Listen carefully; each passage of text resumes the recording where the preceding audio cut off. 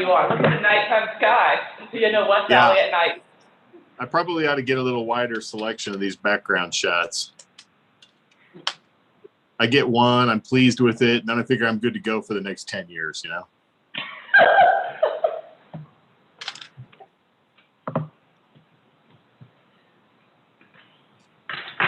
So did Krista say we've got enough to go ahead? We still need to get the link up. They'd just like to confirm that the link is posted on the website. I think they just follow our YouTube channel, can't they? They could.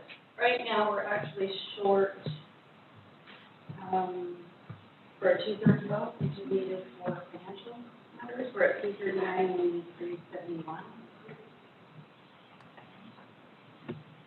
All right, well, we'll wait. Clint Morris from Layton will not be attending, and neither will Sean Warnke.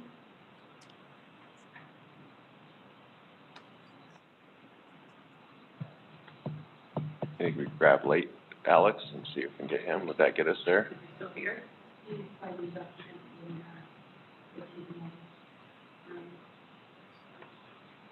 I'm assuming is he an alternate for Layton? mm-hmm. Probably get him to come join us in the room. Somebody ask him. Yeah.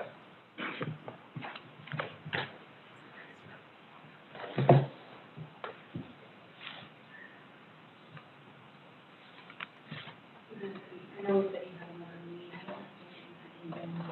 meeting. He's going by his phone.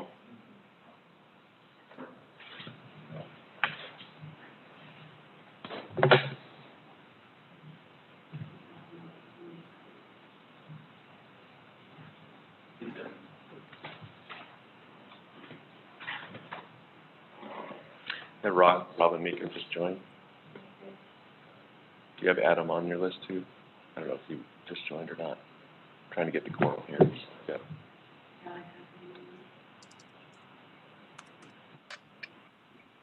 Just trying to get a quorum here.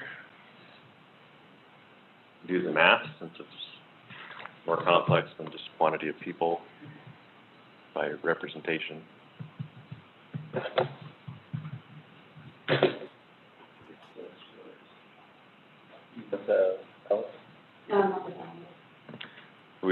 Can we start the meeting, but then when we vote, we need, so we can. Make sure we have a vote.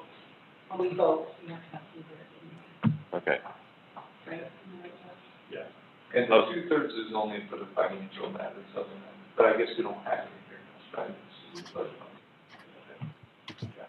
We'd just be welcoming people, and then we'd be waiting around until we have 60%. 66, is it 2/3? 2/3. 2/3. All right, we're gonna pull Alex in, because he was in the previous meeting, but he's signing some documents.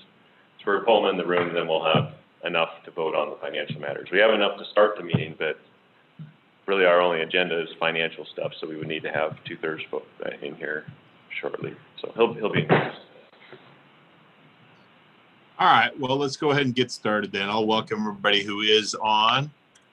And as we're waiting for the quorum to convene, well, let's see. We've got approval of minutes, which we're going to need to vote for. Public hearing, which we're going to need to vote for to go into. Let's see. How about the financial update? Lori, you want to start with that? We can do the minutes and everything without Alex. That does not have to have two. Can we do minutes? Is that first on the agenda? What's that? Make the public hearing. Yeah. Or do you want me to do that? So, all right, well, Wayne, can we do the approval of minutes? We can do that without the 2/3. Oh, we have, okay, we got 51%. I'm sorry, I missed that. I missed that subtlety there. Yeah, sure, okay. We have a quorum to start the meeting, we just don't have enough for the vote on the budget item. I got you. Okay. All right. Well, let's go ahead with item number 2 then, approval of minutes. So we have before us the April 12th and the May 13th meetings for approval. Does anybody have any questions or comment on the minutes from those meetings, and or could we get a motion to approve them? This is Matt. I move to approve the minutes of April 12th, 2021 and May 13th, 2021. All right, very good. Thank you, Matt. This We have is a Jeff. second?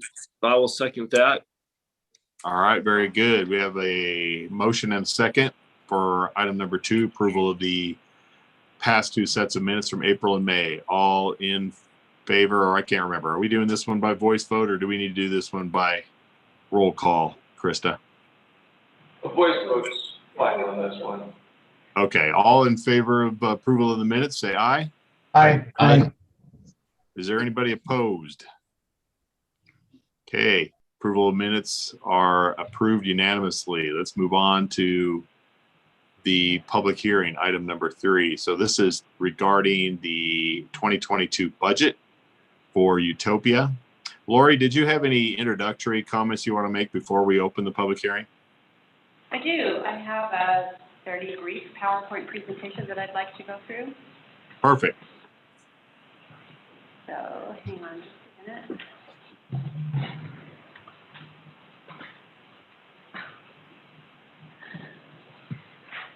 There we go. There's my.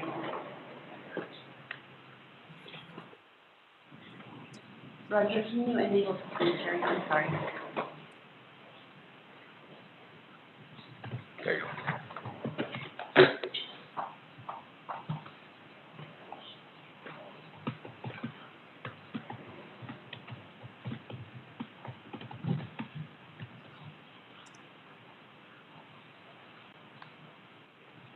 Okay, this is the summary of the Utopia budget for fiscal year 2022.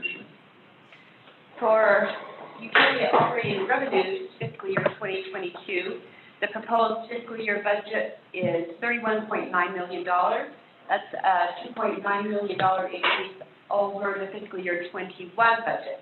The increases in transport revenue are mostly due to revenue reassignments from UIA to Utopia during the CRM implementation. Bandwidth and direct internet access, we had been allocating some to UIA, some to Utopia. We came to the conclusion that Utopia is backbone and connections in and out of that. It makes sense that that revenue be assigned to Utopia. So Utopia does have some growth. People, especially residents, are upgrading their plans. So we're receiving a little bit more from residential transport revenue. This is service provider revenue, so this is the portion of the revenue that service providers receive that they pay to us.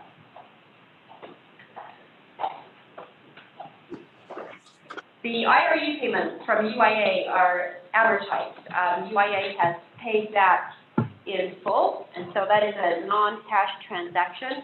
Because we are a governmental entity, we budget pretty much based on cash flow, and so that item has not been included in the fiscal year 2022 budget.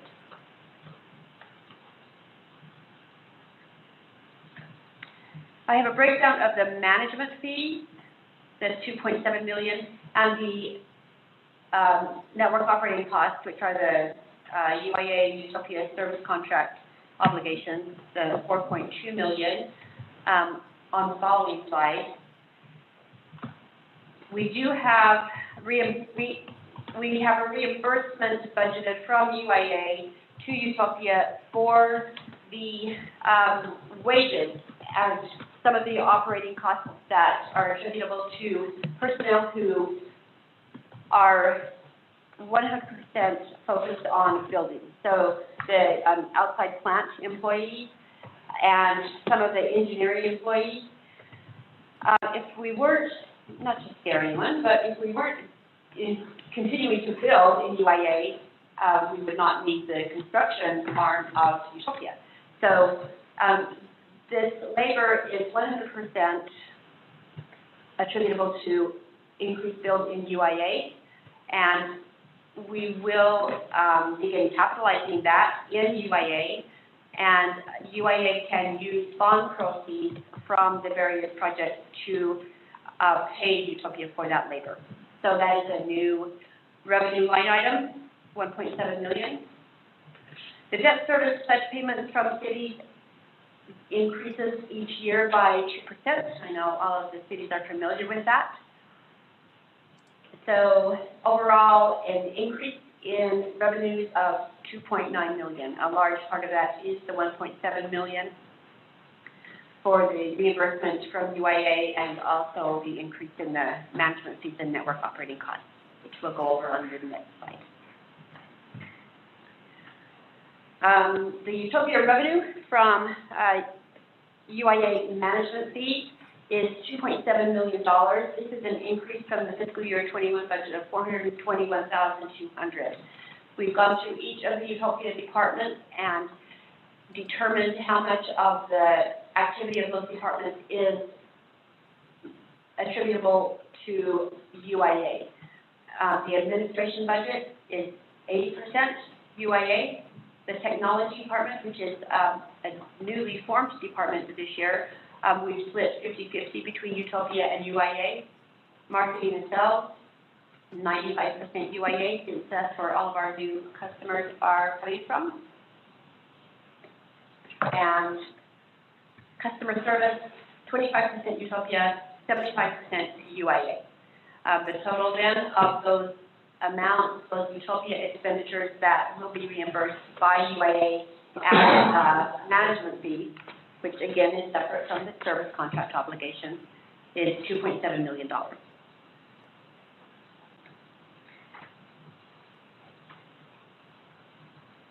The UIA service contract obligation to UTOPIA, this is the interlocal agreement between UTOPIA and UIA to reimburse UTOPIA for costs incurred on behalf of UIA. This was put in place, I don't know, how many years ago, 10 years ago, and we tweak that a little bit each year. We have, as we did with management fees, gone through the different departments to determine where those costs are truly belong. Most of these departments are 25-75. You have finance, the network operating center, blue space locating, field services, operations management, and network engineering. About 25% of our customers are UTOPIA. The other 75% are UIA. That will change as UIA continues to grow. But the cost of these different departments that needs to be covered by UIA is a total of $4,186,600. An increase from the 21 budget of $895,500, about 27%. It's related to growth in the number of connections and the number of addresses, and also a proposed fee modification, which I have on the next slide.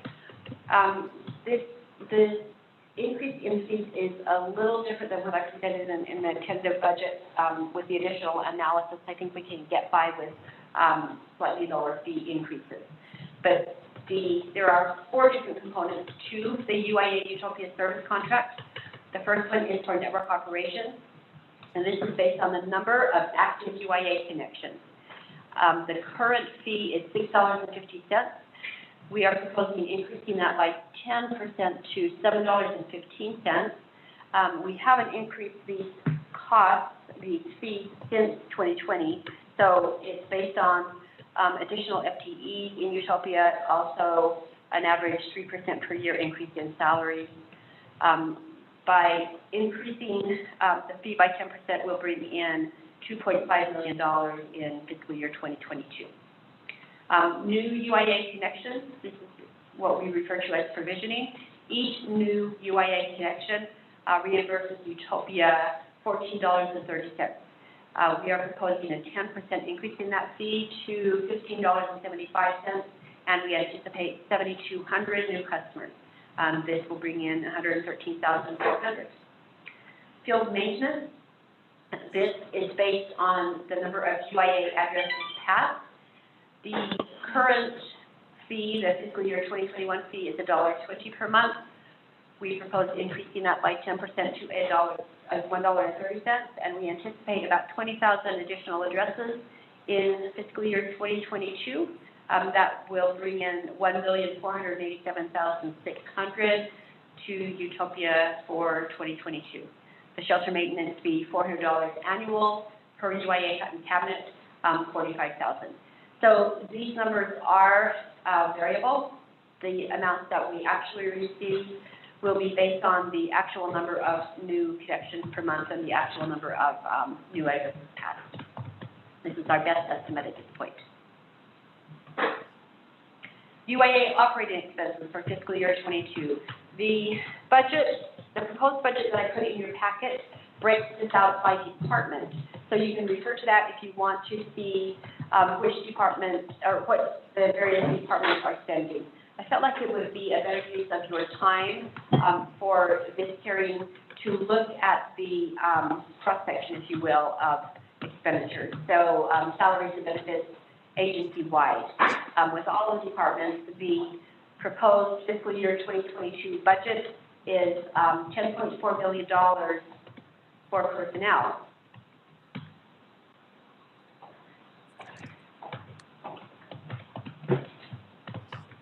Sorry. That $10.4 million is about a third of our total 2022 budget. 50% of it is debt service. So I want to focus today on the increase, the $1.8 million increase in salaries and benefits. Again, that's a huge chunk of the total $2.4 million increase in the operating budget. Sorry, sensitive mouse here. Okay, personal services, salaries and benefits, increases for fiscal year 2022. The proposed 22 budget is $10.4 million. That's an increase of $1.8 million over the 2021 budget. The largest portion of this increase is an addition of 13 FTEs. That's almost $1.4 million of that increase. We'll go over those FTEs and the increase in the count on the next slide. A 3% merit increase for existing UTOPIA employees will cost $240,800. That is the salaries plus the related payroll taxes and retirement. 5% anticipated increase in health insurance, about $50,300. We are estimating on the increase in health insurance. We don't know that yet, and we won't until closer to the end of the calendar year. So the other changes, the difference between those three items and the increase in the budget are related to other changes, some market increases in fiscal year 2021, and some of the benefits that various employees select. So the proposed UTOPIA personnel additions, a total of 13, taking our FTE count from 83 to 96. You'll remember a couple of years ago when we brought Blue States Locating in-house, that was probably the most sizable jump in our FTE count. The 13 positions that we are proposing adding for fiscal year 2022 in finance and accounting, a clerk to support some of the operations, some of the functions that operations and technology want to bring on. We need more assistance with monitoring the fleet management software. We also plan to purchase some contract management software to make sure that we are current on all of our contracts. That includes our easements and our leases. As we grow, we have more and more contracts, and we feel like we need to get a better handle on that. We propose adding one position to operations. That would be a financial analyst addition to assist our new Chief Operations Officer, Jeff Irwin, with some of the analysis that he will be doing. In field services, an addition of 2 technicians. That would take the number of technicians in the field from 11 to 13. That includes 2 supervisors. I just have to say that that's still a really lean number for all of the addresses passed and all of the connections that we have. Yeah, just for some context, I know when I came back as executive director, we had about 14,000 subscribers. We have almost 40,000 subscribers now. So to give you an idea of how many people we're having to deal with, you know, tickets and troubleshooting and maintaining, we've grown the organization significantly over the last 5 years, from a revenue and customer base perspective. Even though this may look like we're asking for a lot, we've been very, very lean and probably a little more than we should have. So these are positions that we feel are past due. The ones in field services and locating are probably the easiest to justify because they're tied directly to the quantity of customers that we have. But there's some of these others that we're just not keeping up with work on, like on the permitting and construction side of things. You know, those are related to the growth of the organization, and we have increased the pace of that, and that's at UIA. You know, a lot of these are to support UIA functions. The good thing from Utopia's perspective is we're increasing the money that UIA is paying to Utopia to cover the cost of these positions. So yes, they are growth at Utopia, but this shouldn't be like, hey, Utopia revenues are flat. The money to pay for these positions to support the functions at UIA it balances out. So anyways, it is a big ask. We recognize that, but at the same time, it's also a conservative ask based on the workload and the growth that we've had. 2 additional locators, an increase of 3 FTE in technology. That would be the Chief Technology Officer position that was approved at the last board meeting. An additional software developer. Right now we only have, we have 2. We would request the addition of 1. And an IT tech to assist our IT manager. An additional inspector, a permit coordinator, hopefully to help things with Rocky Mountain Power move along a little bit more smoothly. And then finally, an assistant to the inside plant manager, total of 13. Of those 83 that we currently have, that includes 2 part-time or interns in our GIS department. Any questions on these additions before we move on? Just,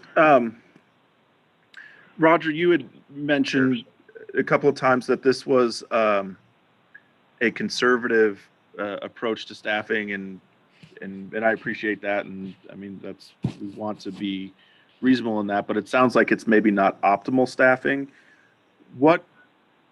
The way you were describing it, anyways, how far short are we of what you would consider to be optimal staffing?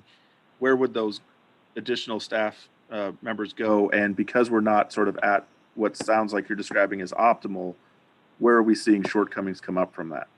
And again, I know you're trying to be conservative and efficient, and I appreciate that. There are a lot of asks that we turn down. We have, our network operations center, for example, asked for growth there, and we said, no, let's hold off on that. When you do just a quick calculation of 40,000 subscribers based on the number of field technicians we have, a lot of in the industry kind of average around 1,000 to 2,000 subscribers per technician. We're well under that, and so there's positions where we feel like we could easily justify more, but yet we don't want to err on the side of having too much and being wasteful of resources. I do anticipate we may be somewhere within this budget year where we say, hey, we've got to come back and adjust the budget and add some where we really couldn't get by with what we have and what we had budgeted for.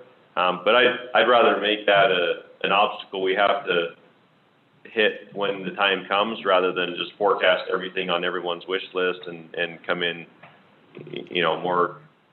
more staff heavy than maybe be required.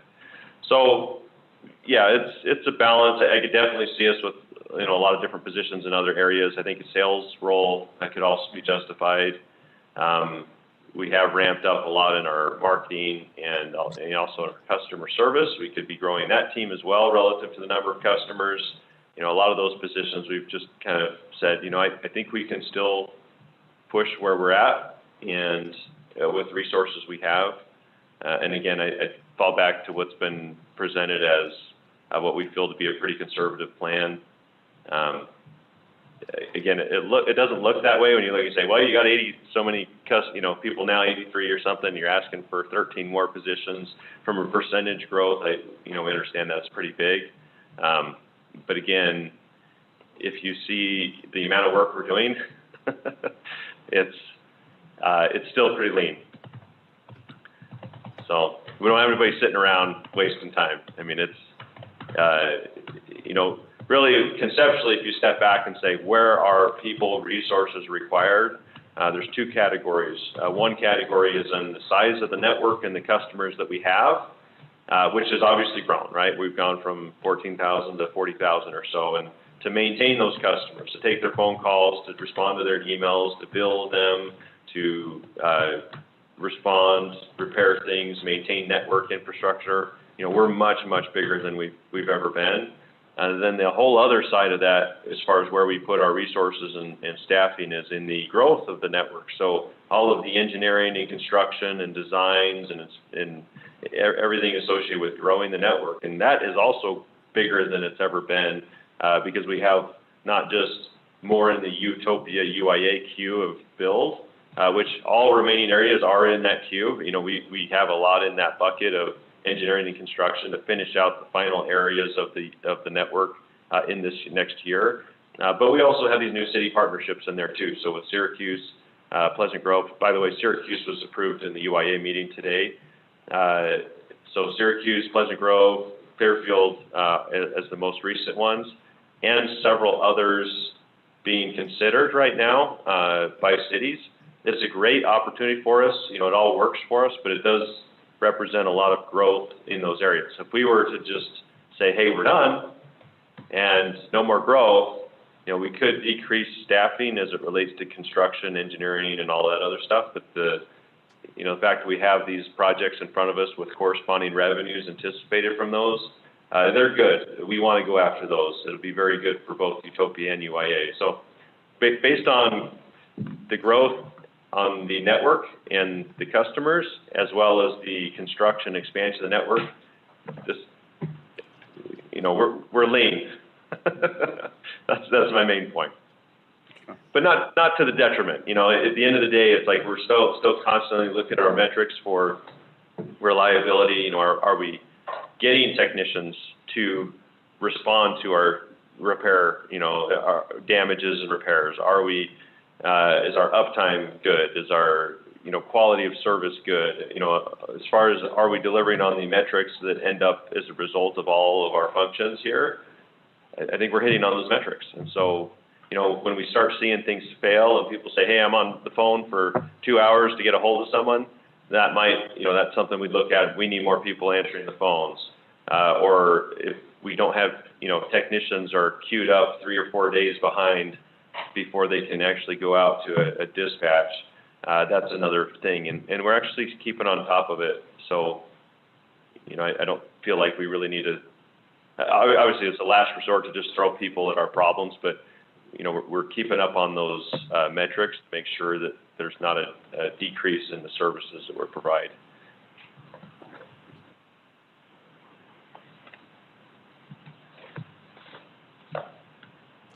Laurie, did you want to continue on, or were there any other questions on the personnel portion of that from the board? I might add, as Laurie's coming back on, or actually this is more of a question for Laurie and Roger. Were any of these positions that we're listing here today new, or ones that we haven't discussed our intention to bring on in the last while? They're not, we didn't spend a lot of time talking about these additional positions. When we adopted the tentative budget, we kind of left it with, there are requests for new FTEs. We have a list. That was adopted back in April, so we haven't had time to sit down as a staff and review these positions with Roger. Some of them he approved, some of them he didn't approve, but we didn't talk in detail about these positions in April. Yeah, so conceptually, I think we were there, just hadn't come out with the specifics of what what the budget amount actually mapped out to in the specific positions. Okay, good. That's good for clarification. Thank you. Okay. I have a question. So we're not raising rates to our customers at all? No. So obviously, the industry generally has, and obviously there's an impact of inflation and increased costs and things like that. At the same time, we do see our costs. Obviously, we have to pay people a little bit more over time. Cost of materials goes up, and the response for most in the industry has been to raise rates. We've been able to offset that by increased efficiency because our economy of scale has grown, and we want to continue growing that economy of scale. I'm not saying that we won't ever raise rates, but I think it's actually a stronger desire that we push and maybe be in a position to lower the rates at some point in the future rather than having to increase them. So obviously that's something we take, we evaluate that over time, where do we need to be competitively? We don't really want to leave money on the table. If that's money, we can be used to pay off bonds. But we are not, forecasting or planning for any change in our rates as part of our budget or in this next fiscal year.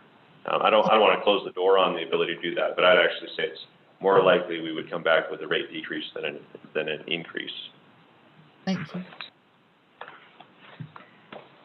Just a couple of the other increases in the budget. Software is increasing from a budget of $323 for fiscal year 21 to $631,000. That's a $300,000 increase. We are trying to use technology as much as possible and obviously to keep our FTE count down. So some of the additions for fiscal year 2022 would be some inventory control software that we are in the process of implementing. The contract management software, we're guessing and estimating at this point that would be an addition of about a cost of about $10,000. We use Slack for internal office communications. We've been on the free version. We're thinking that we may need to grow up and buy the real version. Increase in network engineering, this is device configuration, several different programs that they are using, increasing the software cost by $60,000. And then we're transitioning in online customer payment service from Notice to Express Bill Pay. This may be a one-time cost as we will be dropping Notice as soon as we can get everything transitioned over. But for fiscal year 2022, we'll probably be doubling up on those in order to get our customers switched from one to the other. Full year of the Truby, this is software that's been purchased for engineering, a cost of about $60,000, and I believe that makes up the $308,200. Oh, enhancement of fleet safety locating software, $38,000. iPad service for field tech, $12,000. Reclassifications to software from other categories, approximately $54,000. Other UTOPIA operating expenditure increases or decreases for fiscal year 2022. The net increase is about $356,000. We are looking at entering a contract with a national lobbyist to assist with some of the municipal fiber issues that are coming up. That contract is still being negotiated. Roger's doing a good job of. Yeah, this is kind of a placeholder. Yeah, we haven't pulled the trigger on that yet, but I think I was one that actually canceled that contract. I don't like lobbying expenses. It's probably something you guys face at city level too, where you hate to do it, but at the same time, there's a lot of conversations and programs that if you're just not involved from a lobbying perspective, you get left out of. There's not been a lot over the last many years happening at the federal level as it relates to broadband, except for the last 2 years. So the last 2 years, a lot of focus has been brought to broadband infrastructure. It's been very, very frustrating as we've had our national delegation opposing us, and so just this was all talked about even before today, but we just had a big a John Curtis op-ed as an anti-municipal fiber piece with all sorts of bad information in there. I actually had a face-to-face conversation with John Curtis on Saturday about it, and it's been very frustrating to not get as much influence at the national level. Mostly with the Utah delegation is where we're focusing that, and I think there's a lot of value in getting more access and face time and influence with our delegation, because there's so much going on at the federal level. There's a lot of funding that's available that keeps getting screwed up by the federal government because of the incumbents and monopoly protectionism and all of that. We just really want to get involved into that fight. So not to get you in the weeds of the political situation, but it hadn't been important to us, at least that was my opinion, and we weren't getting good use of the lobbying expenses we had at the national level. We had that for many years at Utopia, and this is really to bring that back because now suddenly things are relevant at the national level. So I'm proposing that we would do that. Again, we haven't pulled the trigger on that. We're still negotiating, trying to determine the best method there. From my opinion at this point, I think the previous lobbyist we had under contract before actually did a pretty good job and would be effective moving forward. So that's what that item is. We could probably talk an hour about that item if we wanted to, but do you have any questions specific to that? I know lobbying is something that's sometimes we like to talk about. Something we hate to have to do, but anyways, we'll let you keep going, sorry. Outside legal services, increasing that budget. Josh did a one-person show here, and we have had events come up that have required engagement of outside legal help. Bank services, this is just kind of a cleanup item. Over the years, some of the bank service fees have been allocated to UIA, so rather than accounting for those as part of either the management fee or the service contract obligation, those were being separated. I would like to move all of those back into Utopia and then considering allocation of those along with all of the other operating expenditures.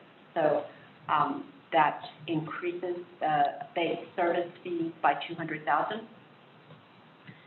Outside plant repairs and maintenance, increase of $125,000. As we get more plants, we're going to have more repairs and maintenance needs.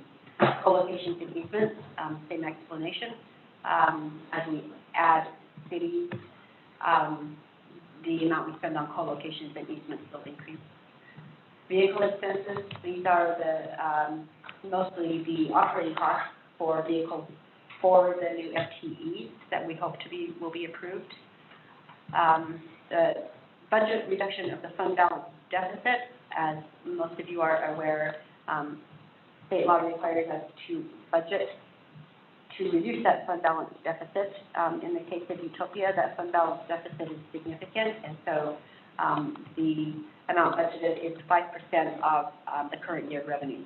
That's an increase in what we budgeted for fiscal year 21 of $164,600. Similar to what we did with, or what we're proposing with bank service fees, transferring those from UIA to Utopia, all of the advertising is essentially to UIA customers. Since we typically don't bring on new Utopia customers, we are proposing transferring all advertising costs to UIA.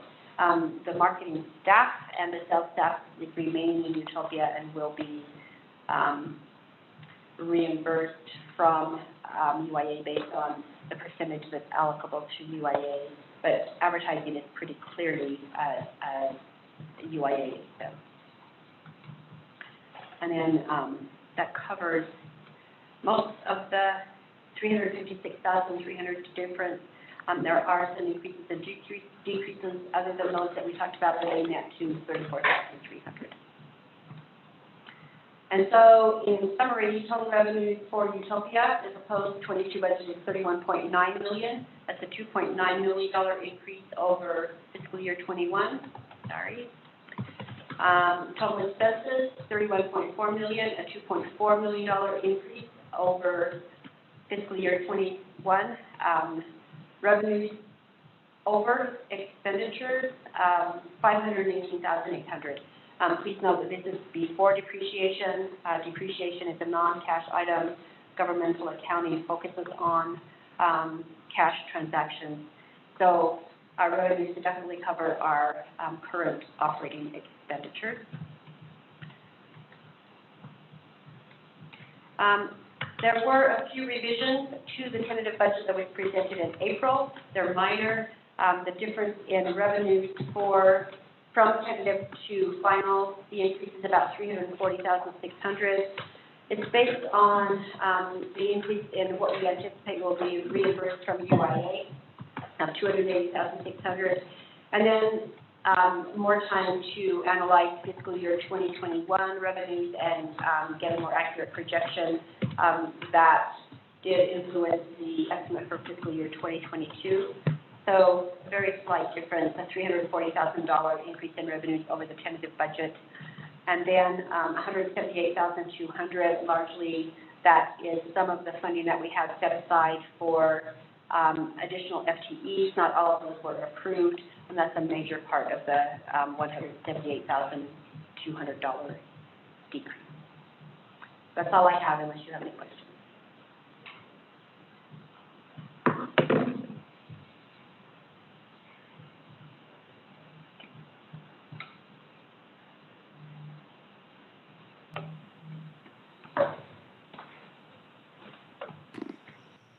Well, of course, you always give the best budget presentation, so I don't really have too much.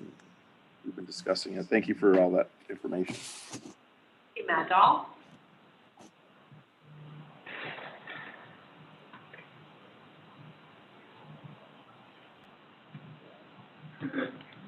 Hey, Wayne, you're muted. Were there any other questions or comments from the board before we go to the public hearing, which we did not hold, right? Hold on a sec. We got my screen having an issue here.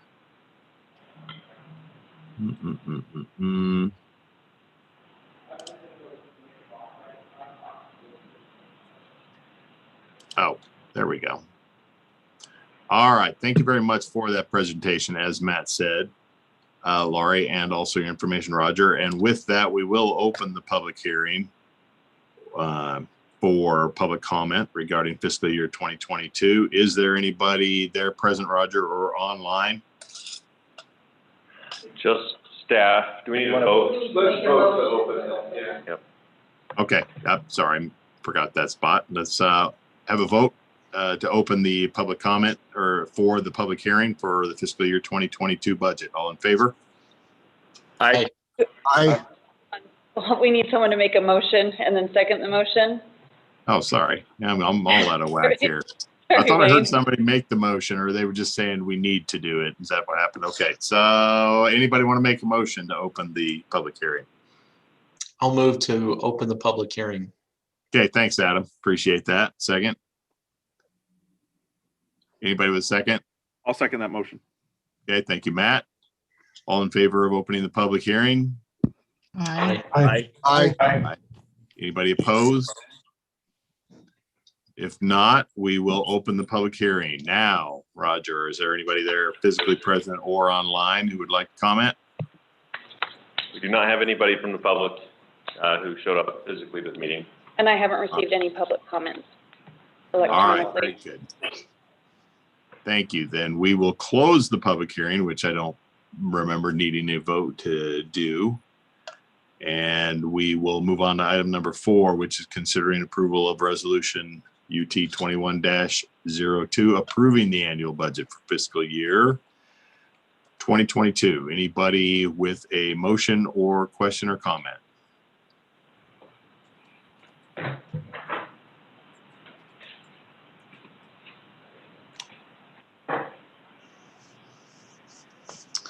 I move that we consider approval of resolution UT 21-02, approving the annual budget for the fiscal year commencing July 1, 2021 and ending June 30th, 2022. Very good. Thank you, Matt. Do we have a second? I'll second that. All right, thank you, Adam. And then also before we take a vote, let me also just confirm, at some point here, we have gotten 2/3 of the quorum together. Krista, is that correct? Yes, we do. All right, very good. All right, well, with that, then we will turn it over to Krista to take a roll call vote. Councilmember Jeffrey Lamson, Aye. Adam Cowie, Aye. Matt Dahl, Aye. Mayor Camp, Aye. Councilmember Robin Meekum, Aye. Alex Jensen, Aye. Jason Sant, Aye. Todd Christensen, Aye. and Wayne Pyle. Aye. All right, thank you, Krista, and thank you, everybody. We have a budget approved for the upcoming fiscal year. And with that, we'll go on to item number 5, which is the Utopia financial update. Laurie?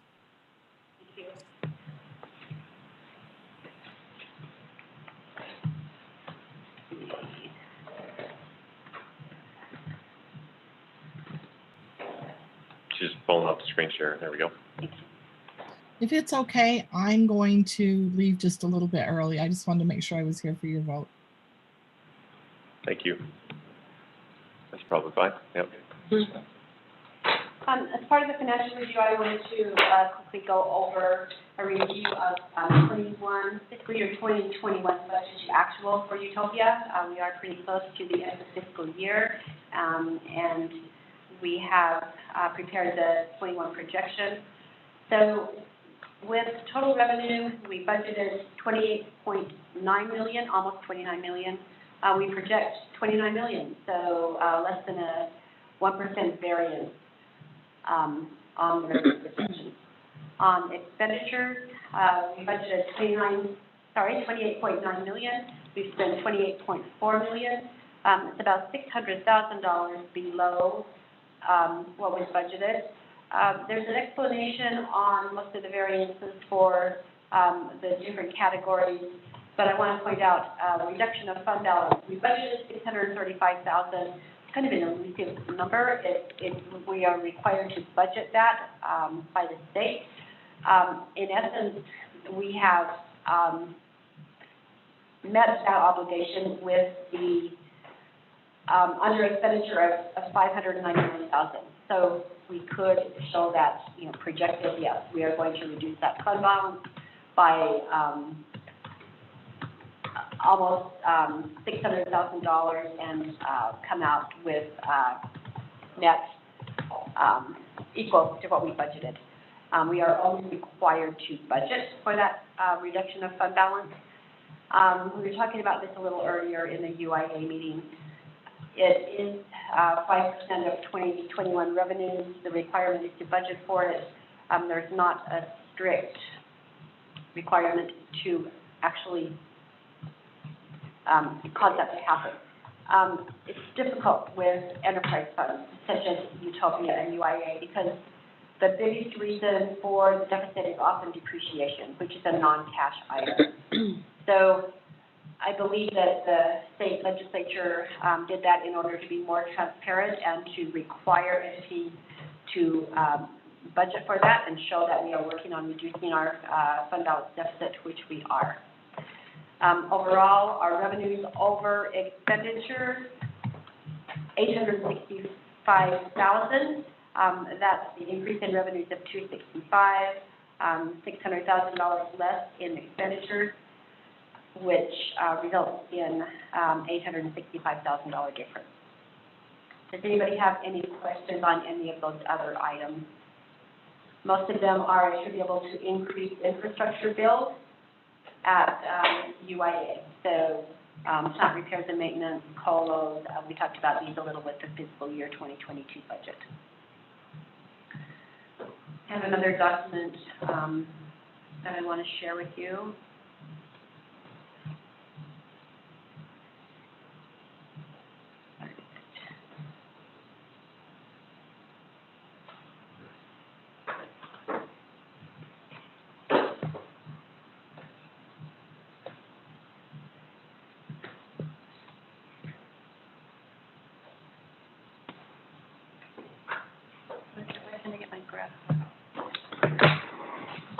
There's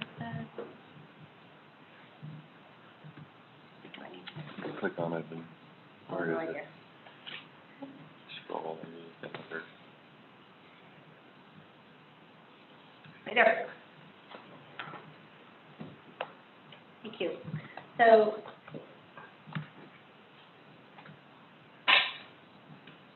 the first graph is the recurring revenue. We are showing the changes clear back to 2012. It's pretty exciting to see the growth. Recurring revenue, month-to-month recurring revenue back in July of 2012 was about $500,000. That's both systems combined. In May of 2021, the monthly recurring revenue is topping $2.7 million. So UTOPIA monthly recurring revenue is about $650,000. Monthly recurring revenue for UIA is just over $2 million. This next chart is the combined UIA UTOPIA recurring revenue increase. So this is the increase month over month in recurring revenue. This is the 12-month moving average. It's averaging just over $40,000 a month right now. Some of these peaks and valleys are prepayments by customers, but we are averaging over $40,000. I think it's interesting to look at the amount between 2014 and 2018. It was hovering between $10,000 and $20,000, and then really took off from $30,000 to $40,000 just over the last 12 months. Its final graph, I know this is the UTOPIA board, but I know that you are very interested in how UIA is doing. So UIA revenue, just over $2 million. The total debt obligations, these lines over here on the right, represents the increase in that monthly debt obligation as we bring in new city partnerships. The most recent one is Clearfield. We are closing on Pleasant Grove later this week, so we will be adding that line. But the gap between revenues and monthly debt obligation is about $1.4 million.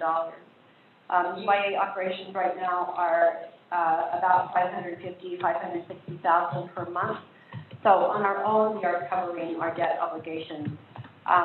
We get to the 1.5 times debt service coverage by considering the pledges of the UIA cities, also the pledges of our partner cities. That monthly amount is $625,000. While that revenue is available, and we could bump this monthly recurring revenue figure up by those amounts, we clearly don't need to do that, but it's available if we need it. Hopefully one day soon we'll be able to cover debt service just with UIA revenue alone. Great story, Laurie. I agree. Thank you. Any questions from the board or comments? Okay, well, if not, thanks again, Laurie and Roger very much, and Kim and the whole team. It's been amazing to work and see this happen over the last few years. With that, I will move on to item number 6, the UTOPIA network update. Roger? All right. So good things happening at UTOPIA. I just kind of mentioned earlier that we did this partnership with, or counter-approved the agreement with Syracuse City. So while we are doing really well at the UTOPIA and UIA cities, things are growing very well. So on the UTOPIA UIA areas, all areas remaining to be served that have not been built yet are in some state of active build, whether that's still final engineering work before the construction actually starts or actually being constructed. That was all funded with the most recent general UIA bond, and so we are proceeding and expect the network to be substantially complete within this fiscal year budget that's being proposed, which is really exciting. I would expect there's going to be some lingering areas. There's we get held up because of permitting and crossings and things like that here and there. So we may have some lingering areas outside of this fiscal year, but for the most part, we should be done with that original project. With that, we've got the additional city partnerships have all gone very well. So Morgan cleared its revenue targets by about twice now. West Point has cleared those targets.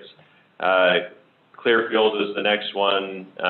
We're still very early in that project, so we did complete the first areas of Clearfield. So we do have parts of Clearfield signing up for services now, but most of the city is still not completed in the sense that they can't sign up yet. So just parts of that city.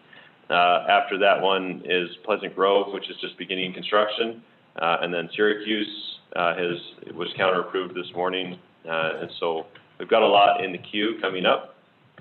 I'd anticipate several additional city partnerships on the tail end of that as well.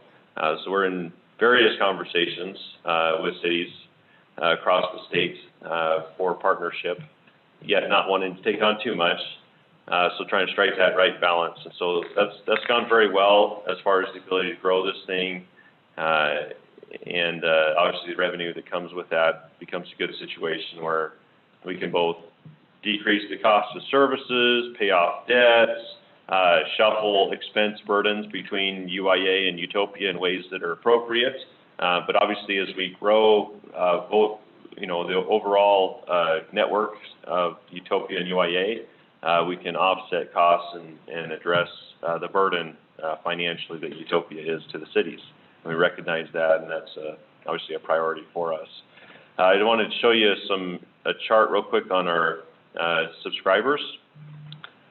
So this is, we've not sent out our reports for the last few months. We've been in the process of migrating systems, our back-end systems, and for subscriber management and all that, and it's kind of caused some anomalies in our data just because there's 100 different ways to define a subscriber and an address and things like that.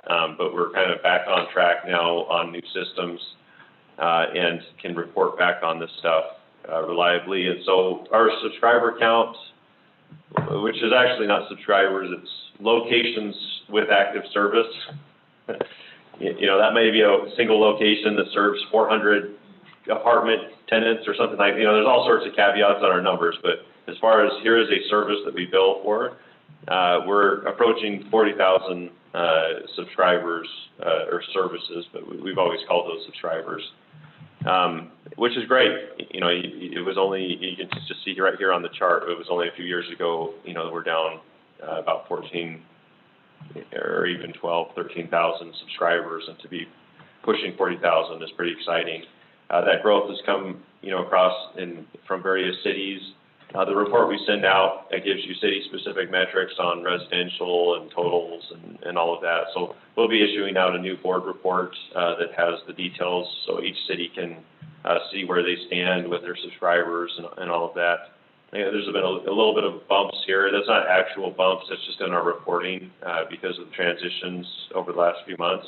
But generally, as that's kind of normalized out, you can see we've continued to grow in all of our cities. That's been fantastic, as well as growing the reach of the network.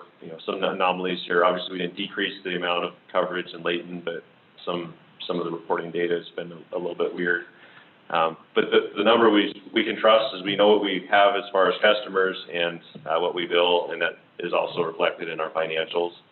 And it's been very, very good. So everything looks good from a competitive perspective. We've been able to keep the cost of service down. I think people, it's not just that we add customers, but it's, the reputation of the organization, the quality of the service, it's political, it's financial, all of those things have been doing very, very well over the last couple of years. And we plan to continue that trend. And obviously, that puts us in a really good position financially to help with things at UTOPIA. So the focus this year still is wrapping up those final remaining areas as well as positioning ourselves for growth. But the next priority on our list of things to do after completing the build out is debt relief. And so we are excited, in future years to be able to come back with increasing levels of relieving the debt burdens at Utopia. So that's what I have on the network updates. And I guess, Oh, and then one other thing that's not really a network update, but more of an organizational update, is in the previous board meeting, we had approved the creation of a new position. Stop share. What? Stop Oh, yeah, share. let me stop sharing so you can actually see people. I'm gonna make Jeff come over and sit in his chair over here so we get him on camera. So we approved the hiring of the creation of a CTO role, but Aaron was moving over into the CTO role and Jeff taking over as the COO role. And so this is Jeff Irwin, who added to the team. Good morning, everybody. Morning. Just wanted to introduce him. We're really excited to have him here. He's a great guy, but he knows the stuff and will be able to contribute really well to the team. And excited to have him here. Do you have anything you want to share? No, well, I'm looking forward to working with each and every one of you. I think Roger's done a great job of building Utopia's success over the last couple of years, and I'm looking forward to working with him and all of you on our future success. Excellent. Welcome aboard. Thank you. Okay, that is my network update. So. All right. Thanks very much, Roger. Really appreciated that. Any final questions from the board or commentary before we move on to adjournment? All right. If not, have a great what's left of June and July. Try to keep it cool and not start any fireworks fires for our soon to be exciting summer, I'm sure. And our next meeting is in August. Is that correct, Roger? August 9th. August 9th. August 9th. So we look forward to seeing all of you again then. Have a great summer. And with that, I'll take a motion to adjourn. Okay. So moved. Thank you, Adam. All in favor of adjournment? Aye. Aye. Aye. Without any opposition, we will declare the meeting adjourned. Thank you, everybody. Have a great day. Bye. Thank you. Bye-bye.